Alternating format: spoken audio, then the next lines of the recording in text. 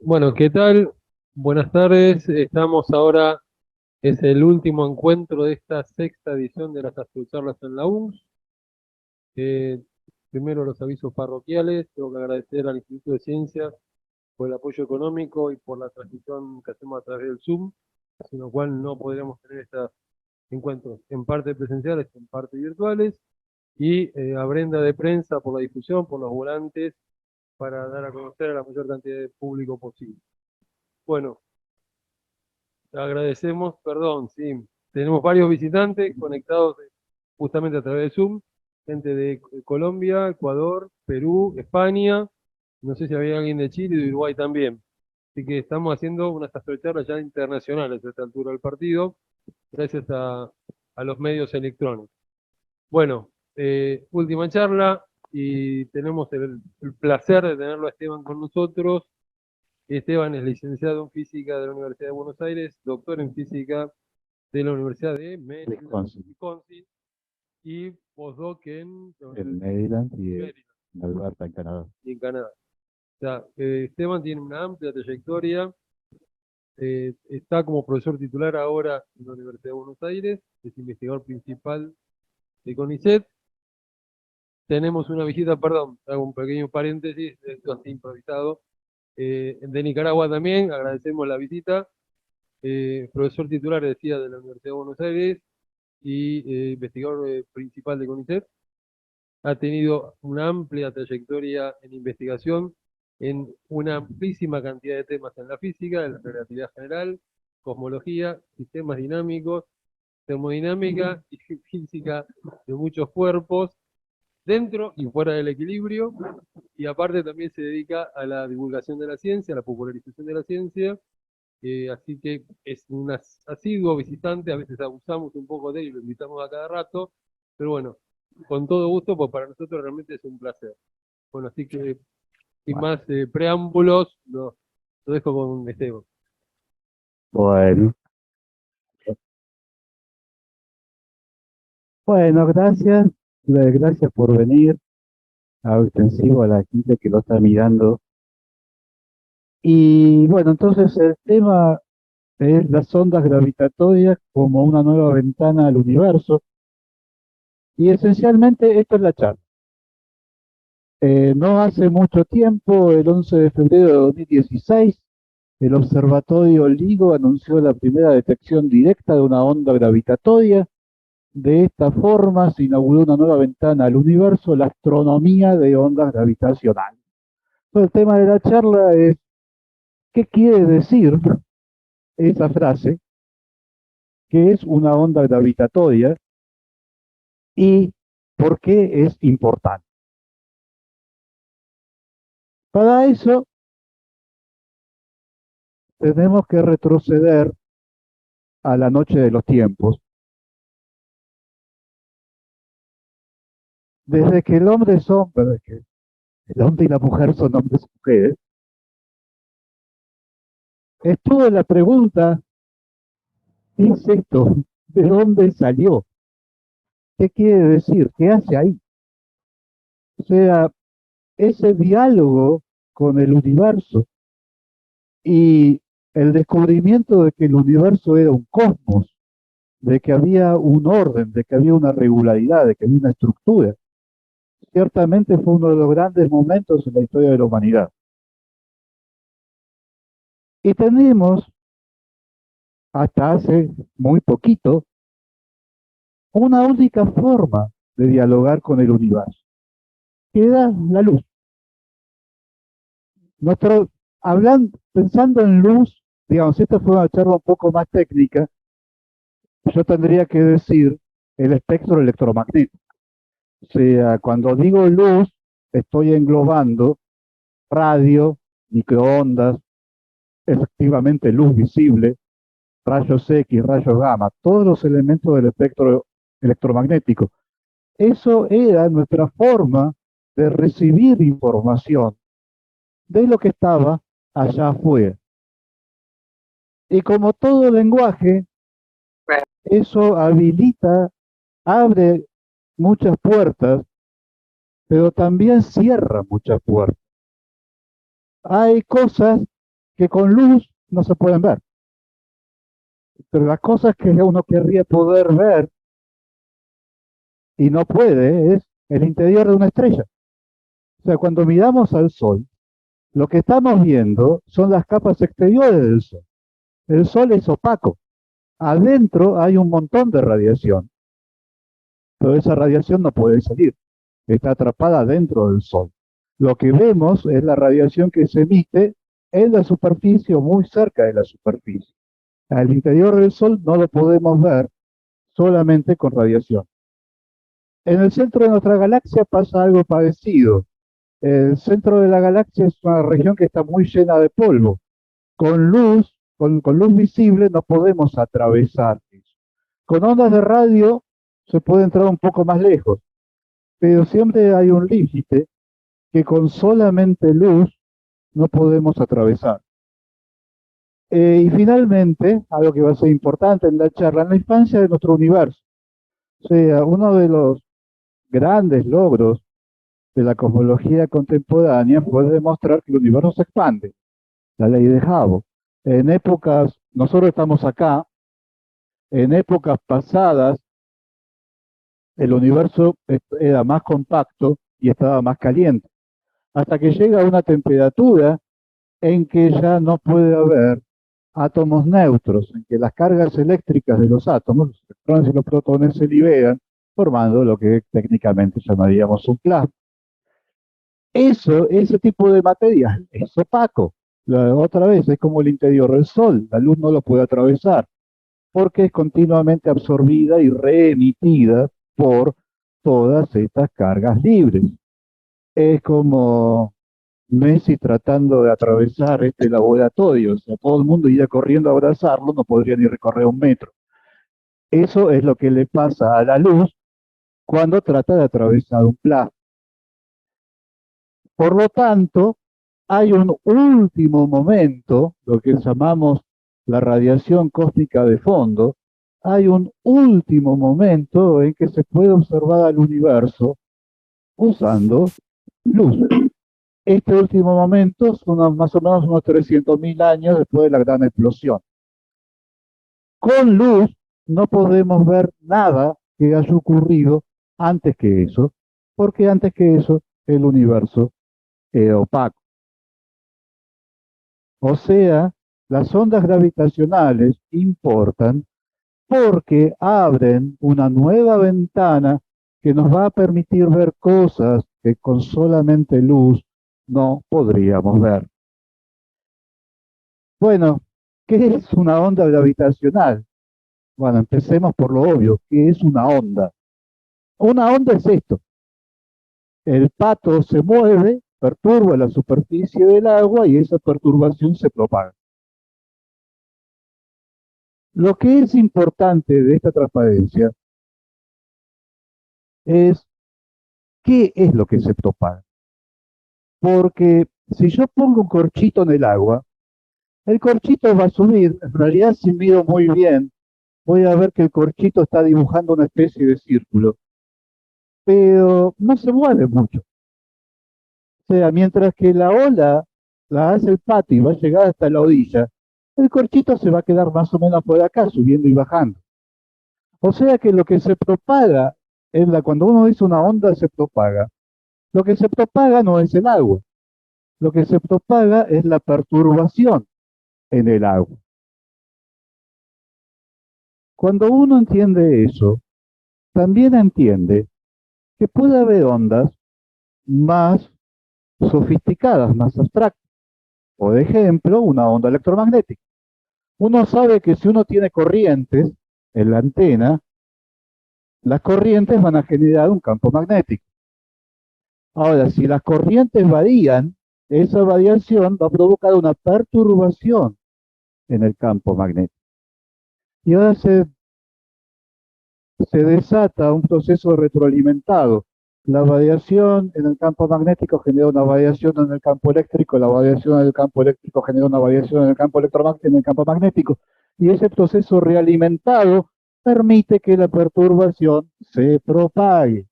Nuevamente, lo que se están propagando no son los campos, lo que se está propagando es la perturbación. Bueno, y ahora lo digo de una onda gravitatoria es una perturbación en la geometría del espacio-tiempo que se propaga con la velocidad de la luz. Bien, es una perturbación. ¿Cómo es esto que puedo perturbar la geometría del espacio-tiempo? ¿Qué quiere decir? No, la geometría del espacio-tiempo no es esto. Yo tengo un triángulo rectángulo, vale el teorema de Pitágoras. Los catetos son A y B, C la hipotenusa, C cuadrado menos C cuadrado esto es un signo igual, no se ve una de las patitas. C cuadrado es A cuadrado más B cuadrado. Pero, ¿qué quiere decir perturbar esto? Bueno, quiere decir que sabemos que nuestro universo está descrito por la teoría de Einstein. Y en la teoría de Einstein, el universo no tiene una geometría fija. La geometría del universo es algo que hay que ir y medir. Uno no sabe a priori cuánto va a ser. Lo que efectivamente va a ser va a depender de la distribución de masa en el universo. Por ejemplo, este podría ser el Sol, la Tierra, Venus. Lo que quiere decir el dibujo este es un poquito tramposo. Lo que indican las rayitas entre los puntos es la distancia entre esos puntos. Lo que está diciendo el dibujo es que la presencia de una masa, por ejemplo el Sol, cambia la distancia entre dos puntos cualesquiera. Cuando nosotros decimos el universo se expande, esto va a ser importante después en la charla. El universo se expande. Nosotros estamos acá, Andrómeda está allá. ¿Qué quiere decir que el universo se expande? No quiere decir que nosotros o Andrómeda nos estemos moviendo. De hecho, nos estamos moviendo, pero por motivos que no tienen nada que ver con la expansión del universo. Cuando decimos que el universo se expande, estamos diciendo que la distancia de acá a Andrómeda es cada vez más grande. Aún si Andrómeda y nosotros estuviéramos quietos. Y acá hay una pregunta, disculpen, pero hay una pregunta que siempre me hacen, ¿no? O sea, si todas las distancias aumentan, ¿cómo nos podemos dar cuenta que las distancias aumentan? La gracia está en que no todas las distancias aumentan. El metro de París mide 1 metro y va a seguir midiendo 1 metro. Bueno, hasta que se desgaste por motivos químicos. Y por eso se quiere reemplazar al metro de París, se quiere reemplazar por una manera de definir el metro que sea más estable. Pero el metro, lo que pasa con el metro de París es que el metro de París es una barra de metal, cuyos átomos están unidos entre sí, no por fuerza gravitatoria, están unidos entre sí por fuerzas electromagnéticas. Entonces, la distancia entre los extremos de la barra dependen de cosas como la carga del electrón, la constante de Planck, la masa del electrón, la densidad del metal. No tiene nada que ver con la gravedad y por lo tanto el metro de París va a seguir midiendo 1 metro. Cuando decimos que el universo se expande, decimos que si yo pudiera poner muchos metros de París de acá a Andrómeda, cada vez necesitaría más metros para llegar hasta Andrómeda. Lo que está cambiando es la distancia entre nosotros y Andrómeda. No se trata de ningún movimiento, ni de Andrómeda, ni de nosotros. Eso es lo que quiere decir que la geometría del universo está determinada por la distribución de materia. Al mismo tiempo, la geometría del universo le dice a la materia cómo se tiene que mover. O sea, nosotros damos vueltas alrededor del Sol, no porque haya una fuerza gravitatoria, que eso era la teoría de Newton, sino porque la Tierra está tratando de moverse en una línea recta, en una geometría que ha sido deformada por el Sol. Igual que si nosotros queremos llegar desde acá a Nueva York en línea recta, bueno, nos vamos a tener que curvar siguiendo la superficie de la Tierra, porque vivimos en un lugar que tiene una geometría curva, es la superficie de una esfera, no es el espacio. Del mismo modo, la Tierra, tratando de moverse en línea recta, no tiene más remedio que seguir una trayectoria curva, porque esas son las líneas rectas de una geometría que ha sido deformada por el Sol. Entonces, la geometría del espacio-tiempo no es algo que esté dado a priori. A lo mejor es esta, a lo mejor es otra. Eso va a depender de la distribución de materia. Y entonces, si la materia se mueve, esa geometría se va a perturbar. Y eso desata un proceso retroalimentado y esa perturbación se puede propagar. O sea que una onda gravitatoria es una perturbación en la geometría del espacio-tiempo que se está propagando. Y bueno, uno resuelve las ecuaciones de la teoría de Einstein y resulta que se propaga con la velocidad de la luz. Por supuesto, si a nosotros en la escuela nos siguen enseñando el teorema de Pitágoras, es porque el teorema de Pitágoras funciona muy bien.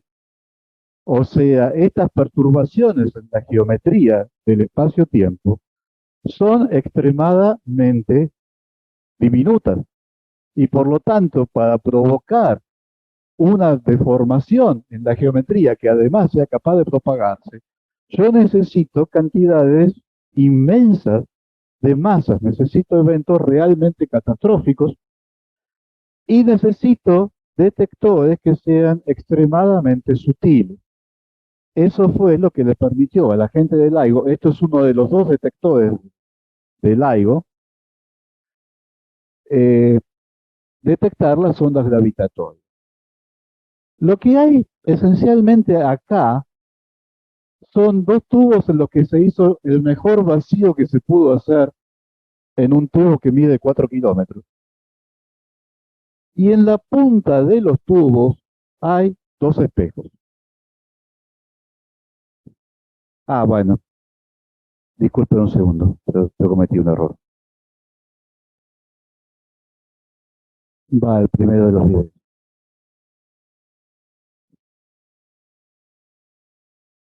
Imagínense que esto es la casilla central.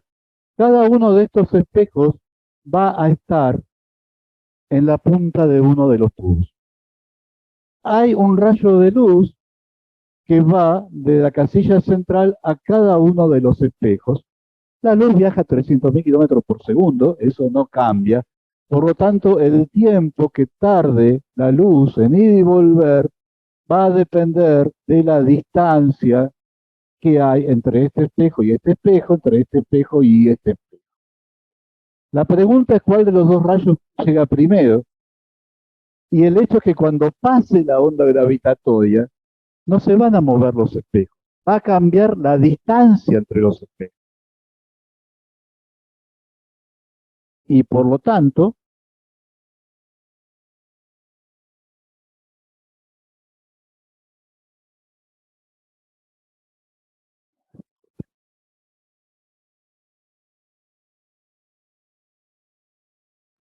como resultado de que está cambiando la distancia, ahí llegó la onda, los espejos no se están moviendo, lo que está cambiando es la distancia entre los espejos. ¿Qué onda es la que llega primero? Va a cambiar. Y eso es lo que marca el hecho de que pasó por ahí una onda gravitatoria. Es medir con extrema precisión con qué diferencia están llegando las dos ondas, cuál llega primero y por cuánto. Eso es lo que indica que pasó una onda gravitatoria. Para poder darse cuenta hacen falta dos espejos porque no van a cambiar, las distancias no cambian de la misma manera. Dependen de la posición de los espejos relativa a la dirección de la onda y a otra propiedad de la onda en la que quería meterme, que es la polarización de la onda. Entonces, básicamente, cada uno de los brazos funciona como patrón del otro, o sea, nos damos cuenta, ¿no?, del cambio relativo, del cambio en la longitud de uno de los brazos respecto de el otro brazo. Con un solo brazo no podríamos hacerlo, no podríamos darnos cuenta de que la longitud está variando. Así que una onda gravitatoria es una perturbación en la geometría del espacio-tiempo. Eso quiere decir que cambian las distancias entre dos puntos en el camino de la onda y nos damos cuenta de que pasa una onda, detectamos la onda, viendo la variación en la distancia entre dos pares de espejos que están en cada uno de los brazos del aparato. ¿Qué esperamos ver con ondas gravitatorias? Bueno, una de las cosas que esperamos ver son agujeros negros. Esto no es una mera visión artística de lo que sería una colisión de agujeros negros. La gente que hizo esta animación realmente resolvió las ecuaciones de la teoría de Einstein para imaginar, para reconstruir lo que uno veía si uno pudiera realmente ver este fenómeno de Fresnel. Lo que están mirando acá, estas son estrellas lejanas. Son las estrellas que están detrás del agujero.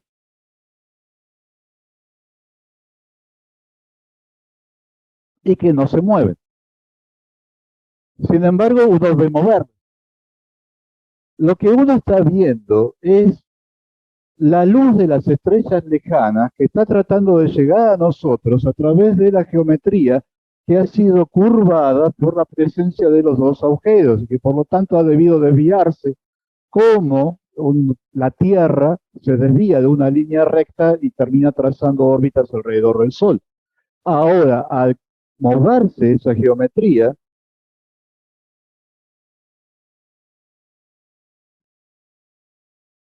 al moverse la geometría, también la imagen de las estrellas se mueve, como ver los reflejos en una pileta de natación cuando hay olitas en el agua, los reflejos se mueven, no porque se esté moviendo lo que causa la fuente, sino porque se está moviendo la superficie del agua. Acá también, el movimiento en la geometría es lo que hace que la imagen de las estrellas lejanas parecen moverse. Por supuesto, acá tienen la fuente de la animación, no es algo que haya hecho yo. Así que esa es una de las cosas que querríamos poder ver. Otra cosa, claro, los agujeros negros en la animación que vimos recién, más o menos tienen 30 masas solares. Son del tipo de los agujeros negros de la colisión de ondas gravitatorias, que fue la primera detección positiva en el año 15, fue anunciada en el 2016.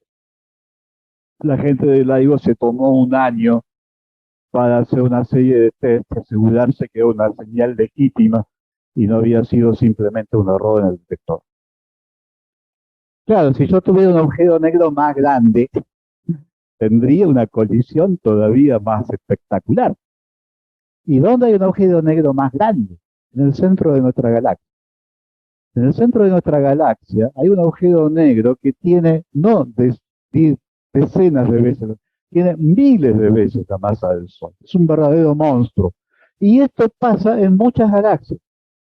Muchas galaxias tienen agujeros negros de ese tamaño, incluso más grandes, en el centro. Entonces, si pudiéramos detectar la colisión de dos de estos, eso sí que sería algo realmente espectacular. El problema, claro, es como un tubo de órgano, ¿no? Cuando más grande es el tubo, más grave es el sonido. Acá pasa lo mismo. La colisión de dos agujeros negros de estos produce una colisión, pero es una colisión con una frecuencia demasiado baja que los detectores de tipo de LIGO no pueden ver. Hacen falta un detector todavía más grande. Ahora, yo simplemente les mostré una animación en la que había un espejo en el centro, dos espejos en la punta y no había nada, nada en el medio. En realidad, el aparato es más complicado. Hay todo un sistema óptico en ese tubo. Por lo cual, el camino, el largo efectivo, si uno quisiera reemplazar el sistema óptico por un único tubo sin nada, el tubo tendría unos 2000 kilómetros de largo, o sea, son 4, sí, más o menos. Lo cual, el radio de la Tierra son 5000 kilómetros, 2000 kilómetros de una distancia apreciable. O sea que si queremos algo mucho más grande que eso, la Tierra nos queda chica. Bueno, ¿dónde lo podemos hacer? Y lo podemos hacer en el espacio. Entonces, esto es una propuesta, poner 3 de esos láseres en órbita, una órbita que allá no tendría 2000 kilómetros, tendría 5 millones de kilómetros, sería conmensurable con la órbita de la Tierra, y que estaría siguiendo a la Tierra, más o menos siguiendo la misma órbita que la Tierra, un poquito después. Esto, por supuesto, es una propuesta. Lo que sí se ha hecho es mandar uno de estos láseres al espacio y chequear que es posible mantener el rastreo de la distancia al satélite. O sea que un satélite ya se mandó al espacio. La idea de mandar 3 en un arreglo bien definido, donde cada láser serviría para como control de los otros dos, eso por ahora es una propuesta. Pero estamos todos cruzando los dedos de que llegar a verlo algún día. Así que esto es otra cosa, agujeros negros monstruosos. Otra cosa que querríamos ver es estrellas de neutrones. La estrella de neutrones, o sea, la vida de una estrella es una pulseada entre el peso de la estrella y la radiación generada, la presión generada por la radiación que producen las reacciones nucleares en el interior de la estrella. Las reacciones nucleares en el interior de la estrella producen un montón de radiación, esa radiación produce una presión que sostiene a la estrella contra su propio peso. Cuando la estrella se consume su combustible nuclear y se enfría, no puede producir suficiente presión y gana el peso. Si quieren saber qué es lo que pasa con la estrella cuando gana el peso, acuérdense de la Torre Gemela. Cuando la estrella no puede soportar su propio peso, lo que sigue es catastrófico. Una posibilidad es que la estrella expulse sus capas superiores y alcance, por lo cual va a disminuir su peso y alcance un nuevo tipo de equilibrio. Otra posibilidad es que el interior de la estrella se comprime. Para una estrella superpesada, el resultado final sería un agujero negro. O sea, para estrellas con 30 veces la masa del Sol, como las que dieron lugar a los agujeros negros que vimos al principio. Una estrella un poco menos pesada puede terminar en un nuevo estado de la materia. Uno sabe, al menos de la escuela secundaria, que la materia está hecha de protones, neutrones y electrones. Si uno comprime lo suficiente eso, se llega a una nueva etapa, a un nuevo estado de la materia, que es una especie de líquido en que los protones, los neutrones ya no tienen una presencia individual. Es un continuo de materia con propiedades especiales que es muy frío, pero que está a una tremenda presión. Es imposible de construir en tierra. O sea, sabemos que ese estado de la materia existe, se ha visto cosas similares en colisiones de partículas elementales, pero no podemos realmente reconstruir el estado de la materia que se da en el interior de una estrella de neutrones. Por eso estudiar estrellas de neutrones es muy interesante. Y cuando chocan dos de estos bichos, pasan cosas que no son exactamente las mismas que pasan cuando chocan dos agujeros negros. Hay dos diferencias básicas. Una es esta. Los agujeros negros están protegidos por lo que se llama el horizonte. O sea, la definición de agujero negro es que hay un horizonte del cual la luz no puede escapar. Entonces, lo que realmente es la colisión ocurre dentro del horizonte y por lo tanto no lo podemos ver. Nosotros solamente, ni siquiera con ondas gravitatorias, solamente podemos ver lo que está pasando fuera del horizonte. Las estrellas de neutrones no tienen esa protección y por lo tanto, las estrellas de neutrones, la colisión, emite ondas gravitatorias, pero también emite luz. Eso va a ser tremendamente importante porque es lo que se llama la astronomía multimensajera.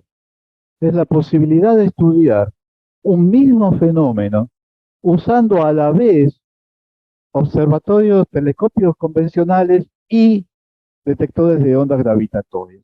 Con lo cual podemos ahora lograr lo mejor de los mundos. Tenemos la información electromagnética y tenemos la información de las ondas gravitatorias. La otra diferencia es menos visible, pero que también es muy importante, es que a diferencia de los agujeros negros, las estrellas de neutrones se deforman. O sea, cada una se está deformando por la fuerza de marea generada por la otra, del mismo modo que la Tierra se deforma por la fuerza de marea que genera la Luna se deforma mucho más por la fuerza de marea que genera la Tierra. Esa deformación es lo que nos permite investigar las propiedades de este nuevo material, que es este líquido en que es el interior de una estrella de neutrones. O sea, la manera precisa en la que se deforma. Y eso es lo que esperamos poder estudiar mediante ondas gravitatorias. O sea, esto, ¿no? La emisión de luz en la explosión final permite estudiar la colisión simultáneamente con telescopios convencionales y ondas gravitatorias. Esto es un tema que va a volver a aparecer en lo que queda de la charla.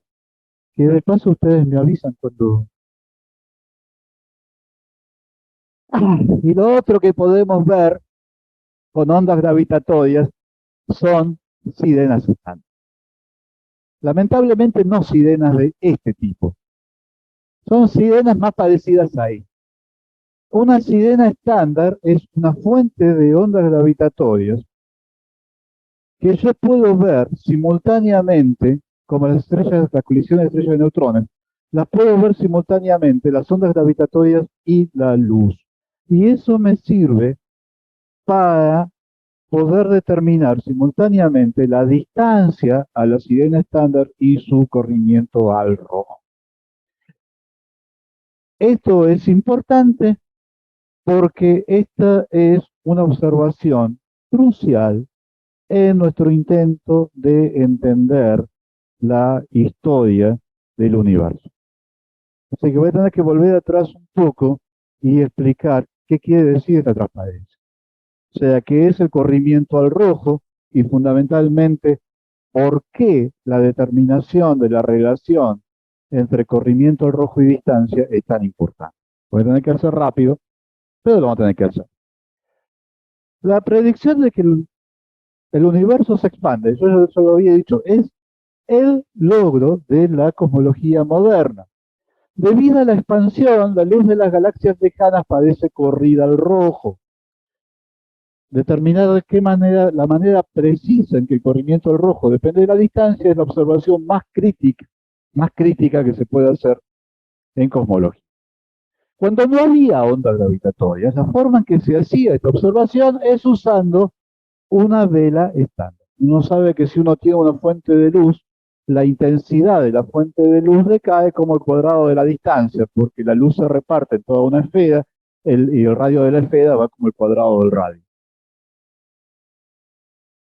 De manera que si yo observo la magnitud de una estrella y yo sé cuál es la magnitud intrínseca de la estrella, puedo determinar la distancia. Le hago el cociente y saco la raíz cuadrada.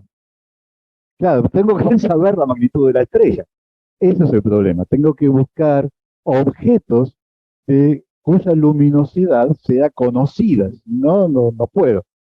Y eso es una vela estándar. Son objetos de luminosidad conocida que yo puedo observar a grandes distancias y entonces, observando la luminosidad aparente, determino a qué distancia está.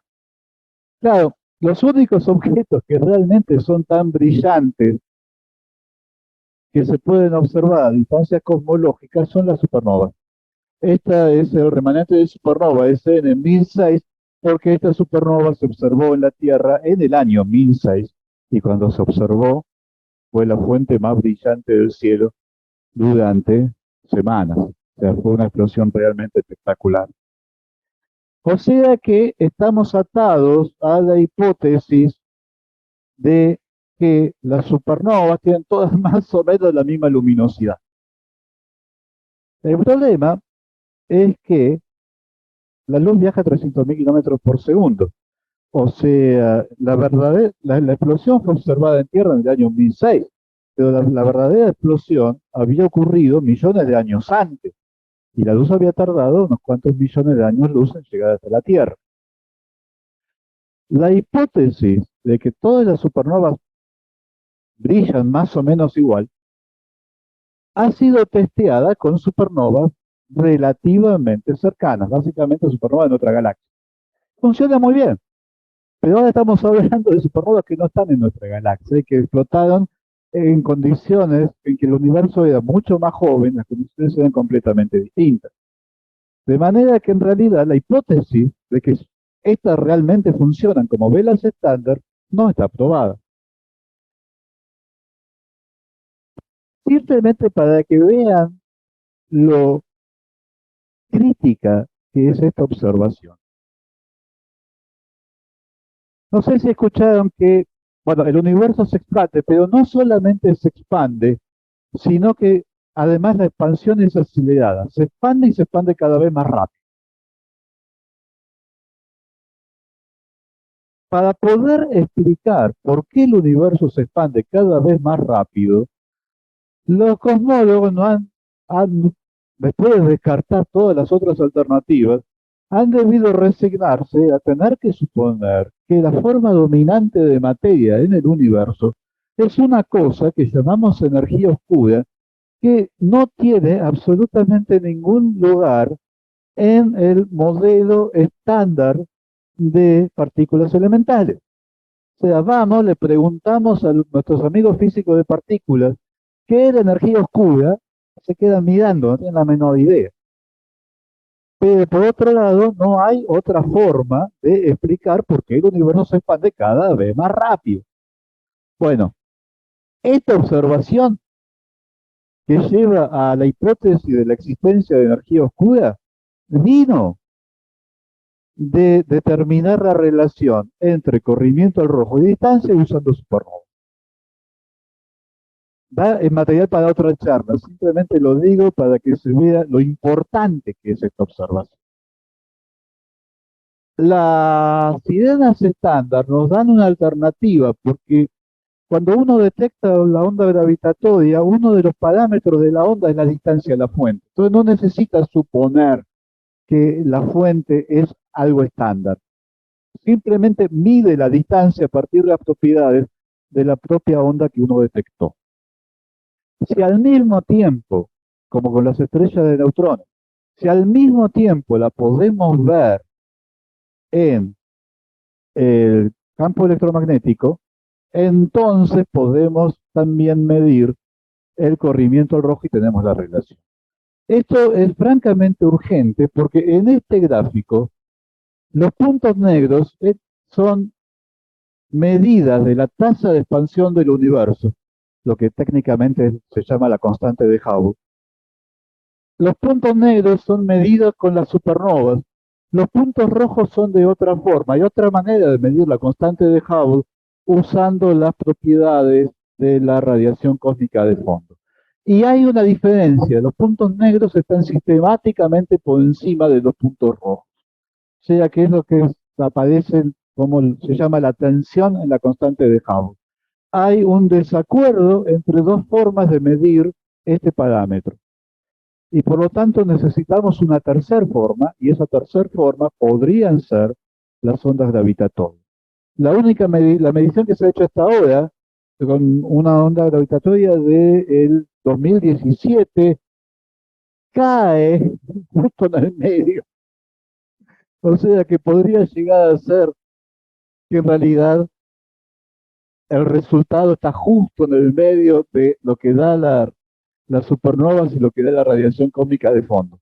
Lamentablemente la medición es muy poco precisa. Entonces necesitamos más sirenas estándar para poder determinar este parámetro con más precisión. Y finalmente, yo había dicho, ¿qué queremos ver con ondas gravitatorias? Bueno, queríamos ver agujeros negros. Queríamos ver agujeros negros todavía más grandes. Queríamos ver estrellas de neutrones. Queríamos ver sirenas estándar. Finalmente, queremos ver qué corno pasó acá.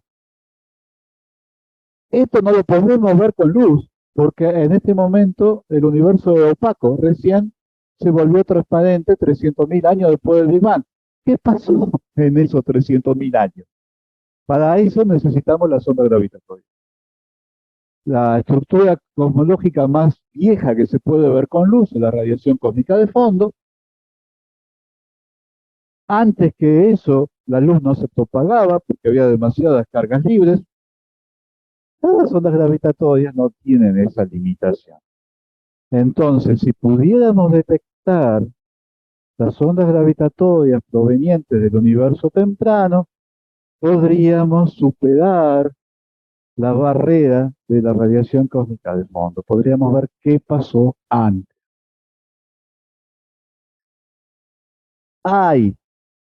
Sabemos cosas, por ejemplo, la composición química del universo, cuál es la cantidad de hidrógeno y helio que hay en el universo, dice cosas acerca de qué fue lo que pasó antes. No es que no tenemos idea. Pero si pudiéramos detectar las ondas gravitatorias que vienen de aquella era, podríamos tener una información mucho más detallada, mucho más precisa. Claro, necesitamos un detector todavía más grande.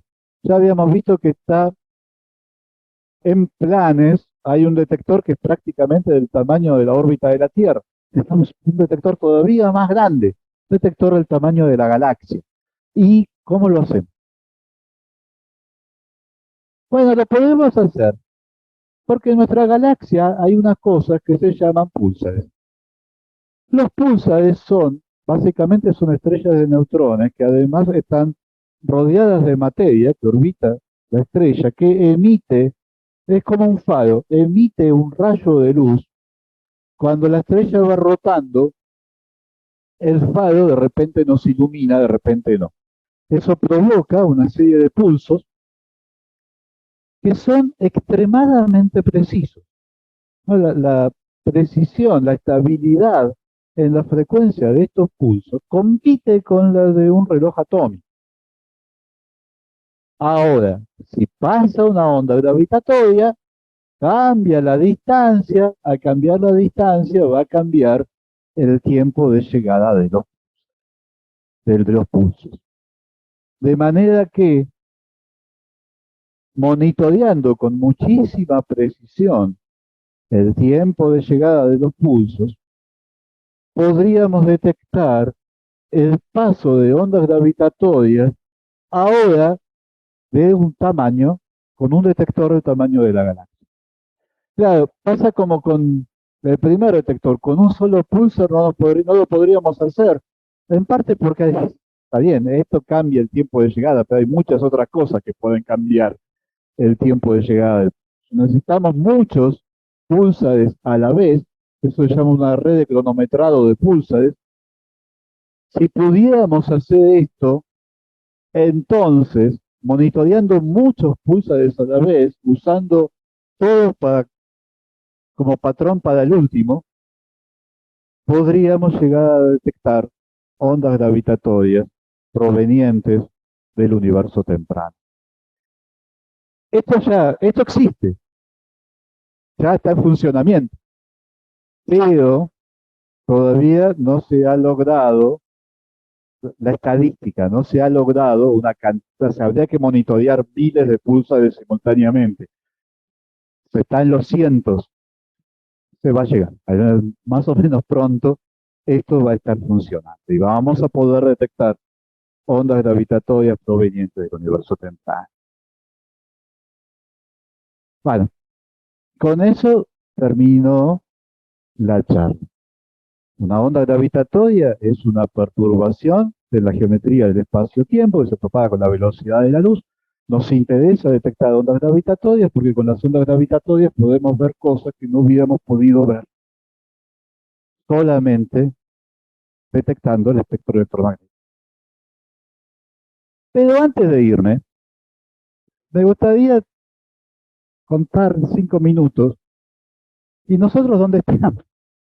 O sea, ¿somos meramente espectadores de esta historia o como comunidad somos partícipes de ella? Bueno, resulta que hay muchos científicos argentinos que están profundamente involucrados en esta historia, entre los cuales se destaca Gabriela González, una física cordobesa, que esto es un poco donde está Wally. A ver, cuán atentos estuvieron, porque Gabriela ya padeció de esta charla. A ver si alguien me puede decir en qué momento de la charla apareció Gabriela González.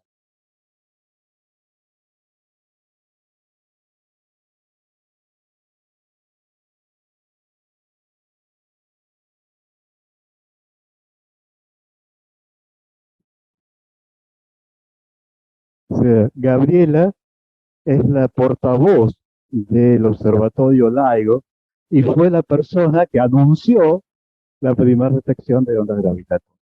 Una persona que ha estado involucrada en este proyecto desde que era estudiante de doctorado.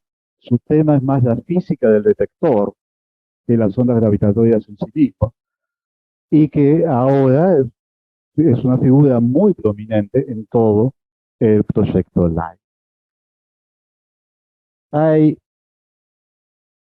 Podría mencionar a varios, pero quiero mencionar a uno más. Mario Díaz es otro astrónomo cordobés que también está profundamente involucrado en el tema de ondas gravitatorias y que es particularmente importante porque si bien Mario está radicado en los Estados Unidos, él es el director de un proyecto, el proyecto TOROS, que es un observatorio, es un telescopio, es un observatorio convencional en Salta y que precisamente va a trabajar en colaboración con LIGO para lograr la astronomía de multimensajero. O sea, la idea es que cuando LIGO detecte algo, le va a avisar a la gente de todos, y la gente de todos va a buscar la fuente con el telescopio, a ver si se puede lograr este tema de poder estudiar el mismo fenómeno con ondas gravitatorias y con radiación electromagnética. Otro proyecto que está relacionado, que también va a estar en Salta, va a estar muy cerca de todos, el proyecto CUBIC, es indirecto, lo que va a estudiar es la radiación cósmica de fondo, pero la idea es precisamente buscar en la radiación cósmica de fondo rastros de ondas gravitatorias que vinieran del universo profundo. O sea que también es algo que apunta al estudio de ondas gravitatorias, aunque no a la detección directa de las ondas, sino a la detección a través de los rastros que puedan haber dejado en la radiación cósmica de fondo. O sea que ven que hay una participación activa, o sea, en un momento en que todavía se discute la relevancia de la ciencia y la tecnología en un país, me parece que es importante que se vea que efectivamente se está haciendo ciencia y se está haciendo ciencia de alto impacto, de ciencia de impacto global acá en la Argentina. Y ahora sí, entonces, ahora sí, esto es el final de la charla. El mensaje de la charla es que la astronomía de ondas gravitatorias aporta información esencial que no es accesible mediante la astronomía convencional, y el homenaje a los tres héroes principales de esta historia. Se ganaron el premio Nobel en 2017, Rainer Weiss, que era el director del Observatorio LIGO, y Babbage y Thorne, que fueron los dos Quijotes que empujaron a esta idea cuando prácticamente la opinión unánime de la comunidad era que la precisión necesaria para una detección positiva no se iba a lograr nunca.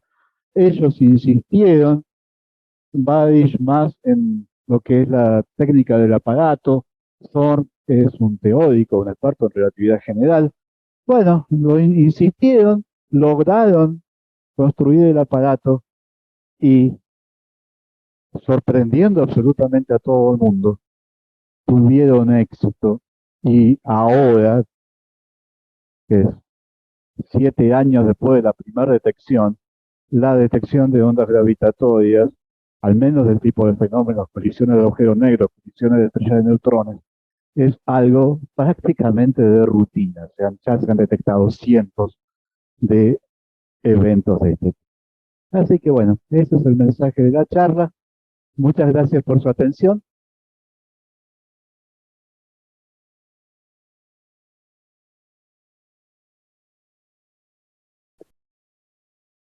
Bueno, muchísimas gracias, Esteban. Aparte, no sé si quedó claro, ya se empezó a dar otra charla. En un momento entonces le hacemos otra charla.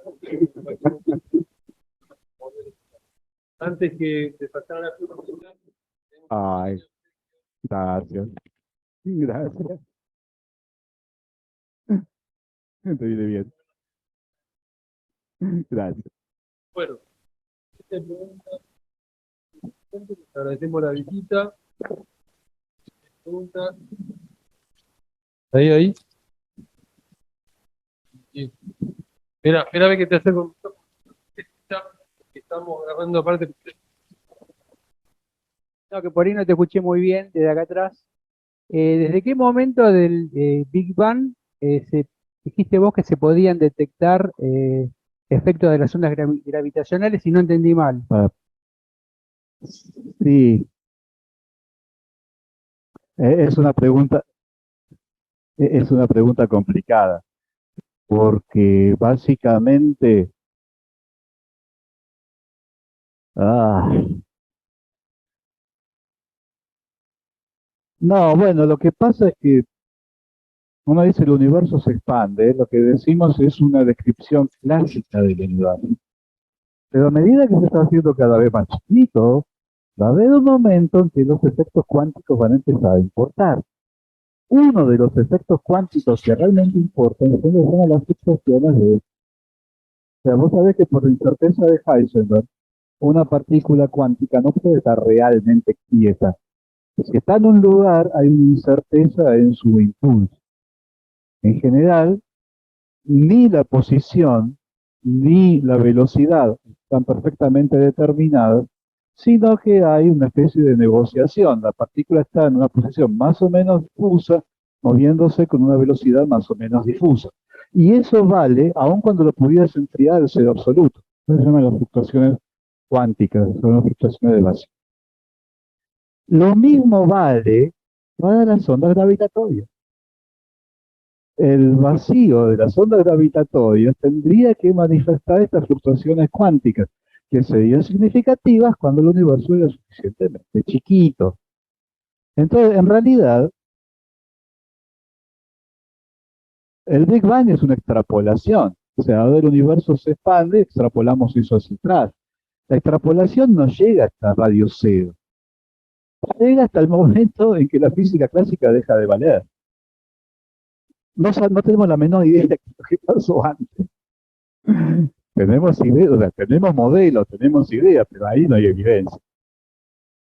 La existencia de la radiación cósmica de fondo es una de las La radiación cósmica de fondo también proviene de fluctuaciones cuánticas, pero son fluctuaciones cuánticas en otra cosa, no en el campo gravitatorio.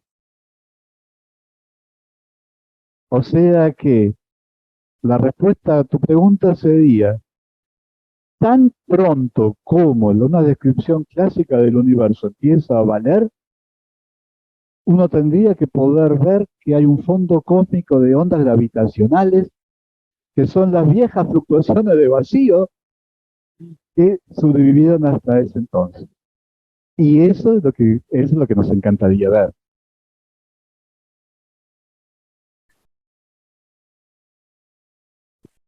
Y mataríamos dos pájaros de un tiro, ¿no? Tendríamos una idea mucho más precisa acerca de la evolución del universo y además tendríamos una forma de entrar en la gravedad cuántica, que es uno de los grandes temas. No, hay propuestas teóricas a montones, lo que no hay evidencia, no hay evidencia observacional. Eh, Hace unos años hubo un ruido tremendo con un experimento, BICEP, que ellos habían declarado que habían logrado detectar estos rastros de las ondas gravitatorias, la radiación cósmica del fondo que está buscando Kubrick. Esto fue hace 3, 4 años, dijeron que lo habían detectado. Lamentablemente después cuando se hizo un análisis más cuidadoso de los datos se vio que no, que habían visto otra cosa. Es una de las grandes zonas negras en este momento en la física teórica. Lo que era la radiación de cuerpo negro a finales del siglo XIX, ahora es la gravedad cuántica. No tenemos por dónde entrarle, porque realmente no hay evidencia experimental. Sí.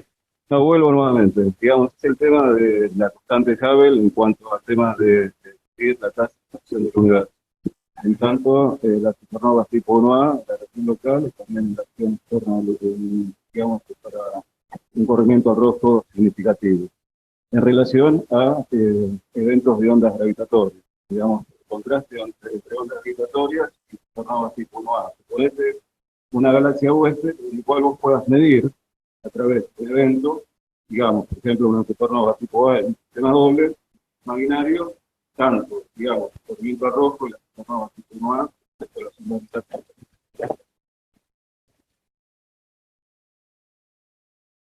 Bueno, de hecho es lo que está pasando, porque vos ves el dato de las velas estándar y dan por debajo de las mediciones de la supernova. El problema es el error. O sea, en este momento, el error que declara la gente que está haciendo, o sea, las observaciones de la supernova son muchísimo más precisas que las observaciones que existen de velas estándar, simplemente por un problema de estadística, porque no hay tantas observaciones con onda gravitatoria. Entonces, claro, el valor medio, uno ve que, no ve que hay una diferencia, pero la precisión no se puede comparar. O sea, la distancia que hay entre un tipo de observaciones y el otro es menor que el error que uno puede esperar razonablemente de las mediciones de las velas estándar. Y entonces, bueno, es un indicador interesante, la gente está muy entusiasmada, pero hay que esperar que mejore la precisión. Poder detectar entonces, sí, efectivamente, poder detectar una galaxia donde hubiera una vela estándar y una supernova, efectivamente, al menos serviría para testear si realmente las supernovas se están comportando como velas estándar, en cuyo caso, listo, ganaron. Ya está. Bueno, tengo acá por Zoom, Diana, dos preguntitas que me gustaría preguntar, retomando lo último que dijo, ¿cómo se diferencian las ondas gravitacionales dentro del resto de la información que incluye la radiación cósmica del fondo? ¿Cómo se diferencian las ondas gravitacionales respecto de? de la radiación cósmica de fondo? Bueno, son cosas, claro.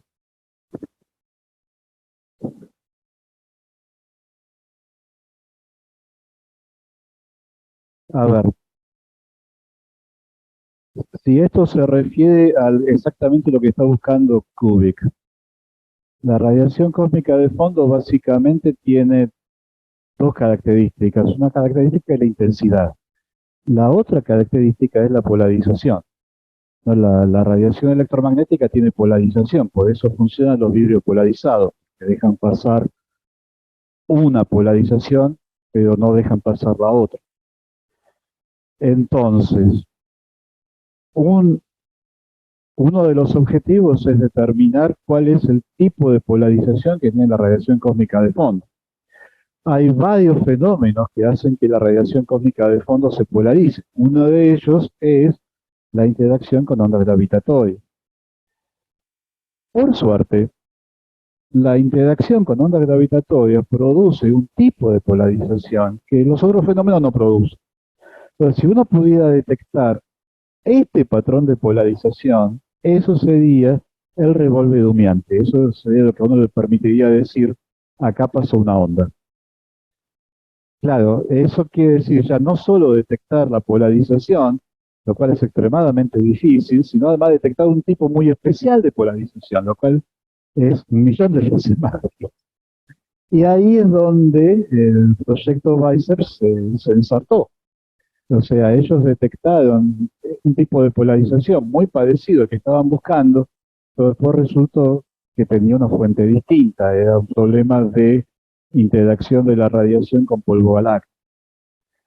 Y bueno, el proyecto Kubik, usando una tecnología distinta, completamente revolucionaria, va a intentar lograr esa observación.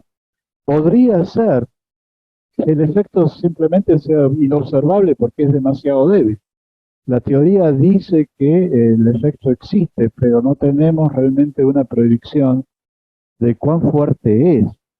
Podría ser que simplemente es demasiado débil para poder detectarlo por debajo de todo el ruido que involucra este tipo de observación. En cuyo caso, bueno, va a haber que buscar otra forma. Bueno, y hace una pregunta respecto a la participación se calcula que para operativo el proyecto Toros, si hay participación argentina, o sea, es decir, que hay acceso a los datos del observatorio LIGO. Bueno, la gente de todos trabaja con LIGO. Hay gente en la Universidad del Observatorio en Córdoba que trabaja con LIGO. O sea que la respuesta es sí. Sí. Además, tanto Gabriela como Mario Díaz vienen a la Argentina regularmente, completamente accesible. Hace poquito le dieron el doctorado honoris causa a Gabriela González en la Universidad de Buenos Aires. Así que la respuesta es sí. Sí. ¿Para cuándo estaría operativo el proyecto Toros? ¿Tenés idea? ¿Cómo? El proyecto Toros, ¿para cuándo estaría operativo? No, no sé. Eso habría que preguntar a la gente que está ahí. Está perfecto. Bueno, le paso a Guillermo. Gracias, Diana.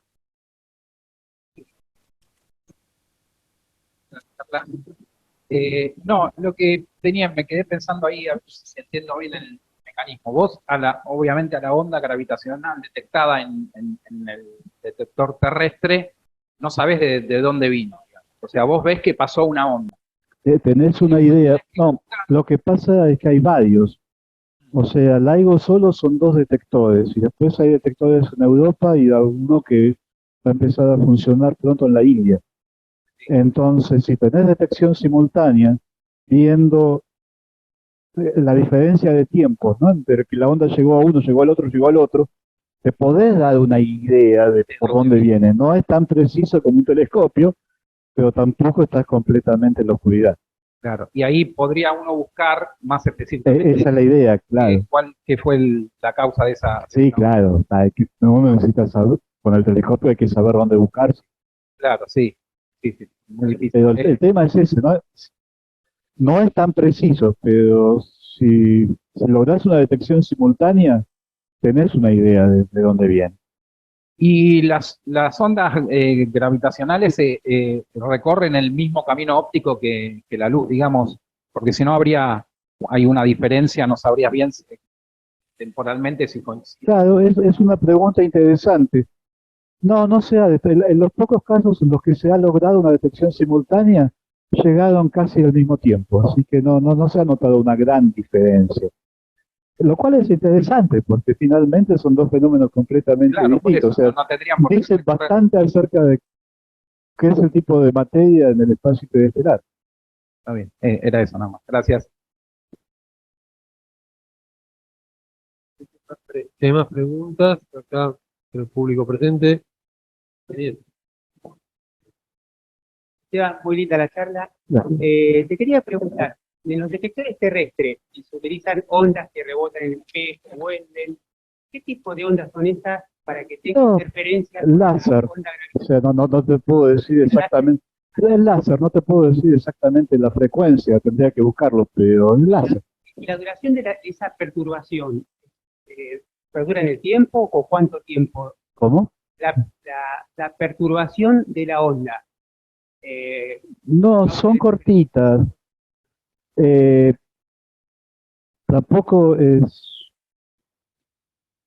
En este tipo de colisiones de agujeros negros es un pulso y además la gente lo llama un chirrido porque el pulso se va haciendo cada vez más agudo, ¿no?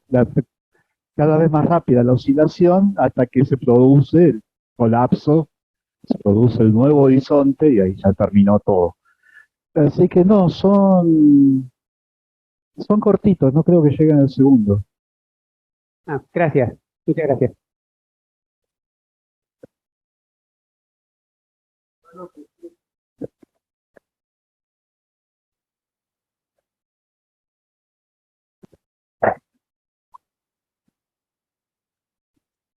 No, quería hacerte una pregunta con respecto a la esencia misma del espacio en relación a la onda gravitatoria, es decir, ¿qué información intrínseca respecto de el espacio brinda en los distintos contextos? Por ejemplo, en el universo bien temprano, digamos, el espacio. Sí, bueno, eh,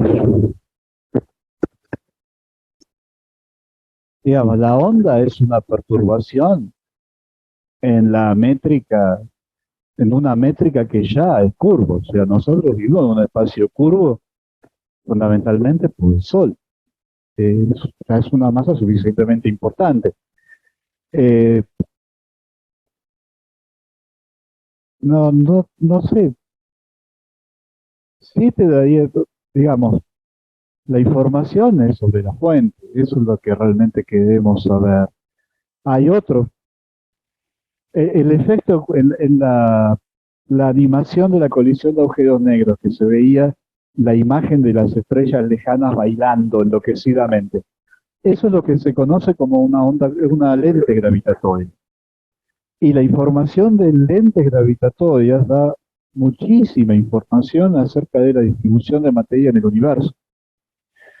Así que hay otras formas de usar la gravedad para fundamentalmente mapear la densidad de materia en el universo, para buscar materia oscura. Bueno, yo mencioné la energía oscura, pero hay otro dinosaurio por allá afuera que tampoco sabemos qué es, que es la materia oscura. Y la materia oscura la podríamos llegar a detectar usando ondas gravitatorias, es decir, usando lentes gravitatorias. De hecho, se detecta usando lentes gravitatorias.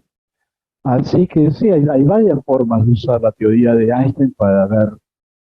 Lo que uno quiere saber es qué hay allá afuera y de qué está hecho.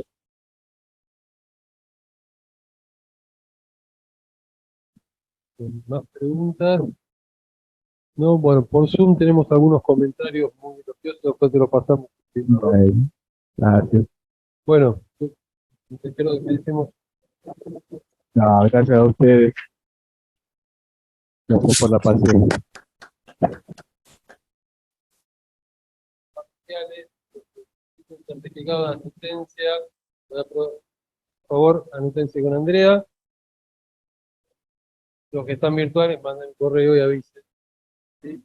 Bueno, les agradecemos la presencia, tanto física acá como virtual en el hiperespacio, y los invitamos para el próximo ciclo del año próximo, en el séptimo, encima es un número sagrado, el 7, así que vamos a ver qué hacemos, improvisamos el año que viene. Bueno, muchas gracias Esteban, Gracias a ustedes. a todos. Bueno, seguiremos viendo en este tema de la tasa de